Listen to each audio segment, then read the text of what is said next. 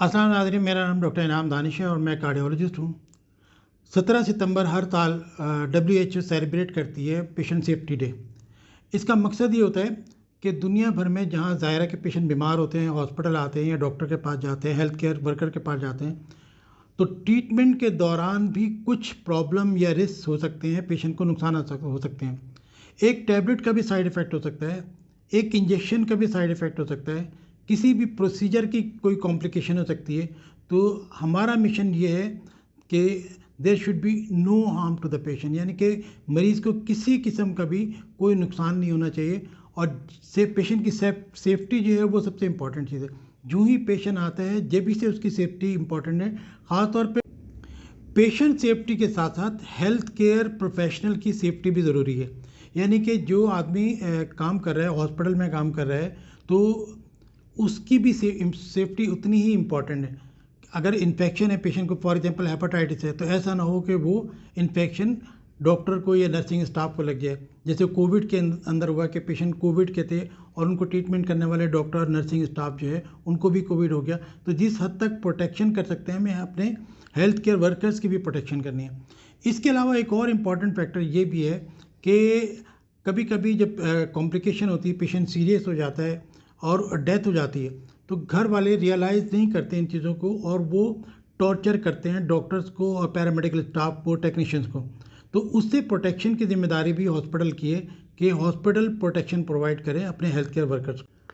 Treatment के दौरान family की काउंसलिंग बहुत ज़रूरी है कि अगर पेशेंट सिक है, सीरियस है, तो उनको पहले से बता देना चाहिए कि भाई मोर्टेलिटी का ख़तरा है। अमूमन वरना लोग ये कहते हैं कि हम तो पेशेंट अपना ज़िंदा लेकर आए थे।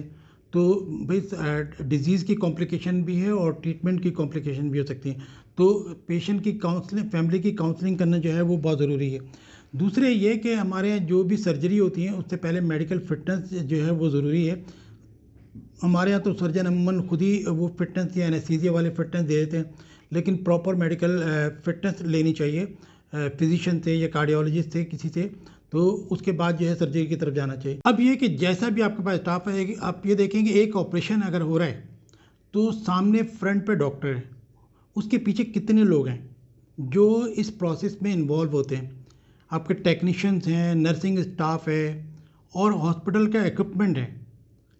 ऐसा भी होता है जो हम इतने अरसे से प्रैक्टिस करते हैं, सुनते चले आते हैं कि फॉर एग्जांपल एक पेशेंट की एंजियोप्लास्टी हो रही थी और उसको शॉक की ज़रूरत थी, शॉक मशीन उस वक्त ने काम नहीं किया और पेशेंट एक्सपायर हो गया। तो इसी तरीके से और बहुत सारी चीज़ें होती हैं। एक पेशेंट को ड्रिप चल रही थी और ड्रिप ख़त्म हो गई, उसके नर्स ने केयर नहीं की तो एयर चली गई, एयर जब ब्लड सर्कुलेशन में गई तो पेशेंट मोर्टेलिटी हो गई। तो इन तमाम चीज़ों की जिम्मेदारी डॉक्टरों के ऊपर आती है, जबकि एक पूरा सिस्टम है। यानी कि एक डॉक्टर के अलावा, एक तो पेशेंट की कंडीशन पे भी डिपेंड करता है, दूसरे डॉक्टर के अलावा नर्सिंग स्टाफ, हॉस्पिटल का इक्विपमेंट और टेक्नीशियन, ये सब चीज़ें मिलके एक पेशेंट का वो होता है। तो अगर कोई गलती होती है तो एंड ये होता है कि वो सारी जिम्मेदारी डॉक्टर के ऊपर डाल दी जाती है और डॉक्टर को ही टॉर्चर करने की कोशिश करती है फैमिली। अच्छा, पूरी दुनिया के अंदर ये प्रॉब्लम है कि patient safety point of view से कि तकरीबन 1% मोर्टेलिटी जो है वो ट्रीटमेंट की वजह से होती है। जो डेवलपिंग कंट्रीज़ हैं जैसे पाकिस्तान है, तो यहाँ पे 4 to 5% मोर्टेलिटी जो है वो ट्रीटमेंट की वजह से होती है। उसकी बड़ी रीज़न ये है कि इनमें कुछ वजूहात हैं। जो पाकिस्तान में मोर्टेलिटी ज़्यादा है या ट्रीटमेंट की कॉम्प्लिकेशन ज़्यादा होती हैं, उसकी कुछ रीज़न हैं। एक तो ये है कि हमारे यहाँ ब्रेन ड्रेन हो रहा है कि जो ज़्यादा इंटेलिजेंट लोग होते हैं वो एग्ज़ाम पास करते हैं और बाहर चले जाते हैं। उसकी सबसे बड़ी रीज़न ये कि यहाँ सैलरी बहुत कम है। दुनिया में सबसे कम डॉक्टर की सैलरी पाकिस्तान में है। तो इसीलिए जो है यहाँ से हर कोई निकलना चाहता है। इसी तरह नर्सिंग स्टाफ सबकी जो है सैलरी बहुत कम है। तो इसको देखने की ज़रूरत है कि एक एमए टीचर जो है उसकी और एक एमबीबीएस डॉक्टर दोनों की सैलरी सेम है।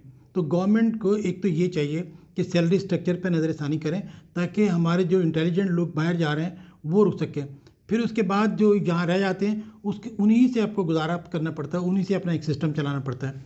दूसरी चीज़ जो है वो ये है कि मेडिकल कॉलेज में आप देखें कि 70% लड़कियाँ होती हैं। हमारे माशरे में मोस्टली जो बर्डन है घर का चलाने का वो मेल के ऊपर है, लेकिन 70% लड़कियाँ होती हैं और उनमें से कितनी ऐसी हैं जो कि कंटिन्यू नहीं कर पाती हैं इसको।